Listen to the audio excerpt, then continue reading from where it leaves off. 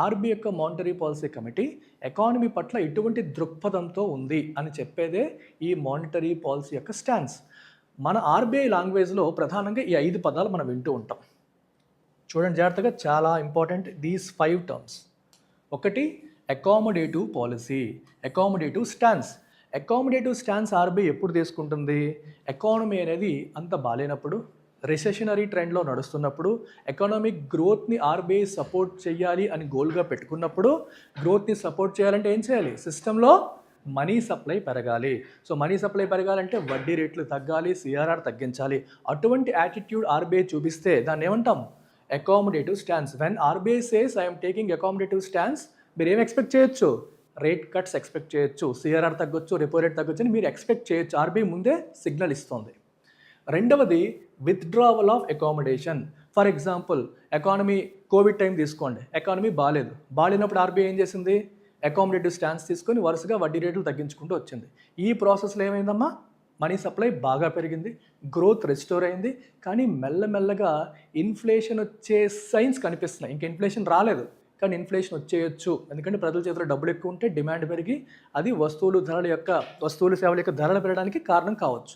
So ఇన్ఫ్లేషన్కి అది దారి తీసే అవకాశం ఉంటుందని భావించినప్పుడు అప్పుడు ఏం చేస్తుంది? I'm going for withdrawal of accommodation అంటుంది. అంటే ఇప్పటి వరకు మీకు పంప్ చేసుకుంటూ వచ్చాను మనీ, చాలా వరకు ఎక్సెసివ్ లిక్విడిటీ, అలా లిక్విడిటీ పంప్ చేసుకుంటూ వచ్చాను, ఇకపై ఏం చేస్తాను? నేను తగ్గిస్తాను, అకామిడేటివ్ స్టాన్స్ని కట్ చేసుకుంటాను అని చెప్తోంది. అంటే ఇంకా ఫర్దర్ పంపింగ్ పెద్దగా జరగకపోవచ్చు అని ఒక హింట్ అనేది ఇస్తుంది. ఎక్సెస్ లిక్విడిటీ ఏదైతే మార్కెట్లో ఎక్కువగా ఉందో దాన్ని నేను కొంచెం కట్ చేయడానికి ట్రై చేస్తాను అని ఆర్బీఐ చెప్తున్నట్టు. ఎలాంటి టైంలో? క్రైసిస్ ఎండింగ్ టైంలో. ఎకానమీ ఓవర్ హీట్ అయిపోకుండా, ఇన్ఫ్లేషన్కి వెళ్ళిపోకుండా ఇది కాపాడుతుంది. క్రైసిస్ టైంలో ఈ పని చేస్తాం, క్రైసిస్ ఎండింగ్ టైంలో ఇది చేస్తాం. ఆ తర్వాత న్యూట్రల్ స్టాన్స్. న్యూట్రల్ స్టాన్స్ అంటే అర్థం ఏంటంటే ఆర్బీఐ లైఫ్ ఎప్పుడు కూడా కత్తి మీద సాము అనమాట. సో ఆర్బీఐ ఒకవైపు ఇన్ఫ్లేషన్ కంట్రోల్ చేయాలి, ఇంకోవైపు ఎకానమీని గ్రో చేయాలి. ఇన్ఫ్లేషన్ కంట్రోల్ చేయాలంటే వడ్డీ రేట్లు ఎక్కువ ఉండాలి, ఎకానమీ గ్రో చేయాలంటే వడ్డీ రేట్లు తక్కువ ఉండాలి. సో రిసెషనరీ టైంలో ఎకానమీ గ్రో చేయాలి కాబట్టి వడ్డీ రేట్లు తగ్గిస్తుంది. ఇన్ఫ్లేషన్ బాగా ఎక్కువ ఉంటే వడ్డీ రేట్లు పెంచుతుంది. కొన్ని సందర్భాల్లో ఏం చేయాలో తెలీదు. ఇన్ఫ్యాక్ట్ ఏది ప్రాబ్లం కాదు, అంటే గ్రోత్ బాగానే ఉంది, ఇంకోవైపు ఇన్ఫ్లేషన్ కూడా కంట్రోల్లోనే ఉంది. అలాంటప్పుడు ఆర్బీఐ ఏం చేస్తుంది? It goes for neutral stance. అంటే ఐఎమ్ ఓపెన్, సిచ్యువేషన్ బట్టి, అప్కమింగ్ డేటాని బట్టి ఇన్ఫ్లేషన్ ఇబ్బందికరంగా ఉంటే నేను పెంచడానికి రెడీ అవుతాను, లేదా ఎకానమీ ఇబ్బంది పడుతుందంటే తగ్గిస్తాను. So I'm open for both అని చెప్పడాన్ని ఏమంటాం? Neutral stance. It is open to moving rates up or down based on upcoming data. ఇది న్యూట్రల్. నెక్స్ట్ అది క్యాలిబ్రేటెడ్ టైటనింగ్.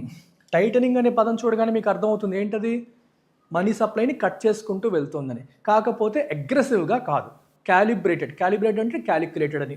అన్ని విషయాలు చూసుకొని క్యాలిబ్రేటెడ్ టైటనింగ్ మోడ్లోకి వెళ్తున్నాను అంటే అర్థం ఏంటంటే నేను I'm little bit more worried about inflation rather than growth కన్నా ఇన్ఫ్లేషన్ పట్ల కొంచెం ఎక్కువ వరీడ్గా ఉన్నాను. సో కాబట్టి you can expect either rate cuts are status quo అంటే ఇప్పుడు ఏ రేట్స్ ఉన్నాయో అవే మెయింటైన్ అవ్వచ్చు, లేకపోతే నేను రేట్ ఇంక్రీజెస్, టైటనింగ్ కదా, రేట్ పెంచవచ్చు.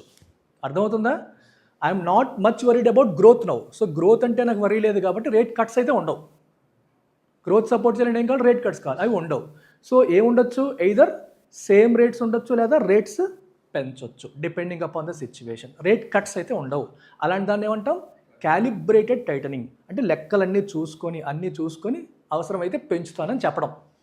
And finally hawkish. ఇక్కడ ఏంటి? ఇది ఎప్పుడు వస్తుందంటే ఎకానమీ ఫుల్ ఓవర్ హీట్ అయిపోయింది, డిమాండ్ ఎక్కువగా ఉంది, ఇన్ఫ్లేషన్ బాగా ఎక్కువైపోయింది, వస్తువులు సేవల యొక్క ధరలు విపరీతంగా పెరిగిపోతున్నాయి. So I'm only focused on one thing which is to control inflation. Hawk ఏం చేస్తుంది? Extreme focus. గ్రద్ద ఎలా ఉంటుందో ఎంత దూరం ఉన్నా ఫోకస్ ఒకదానిపైన ఉంటుంది.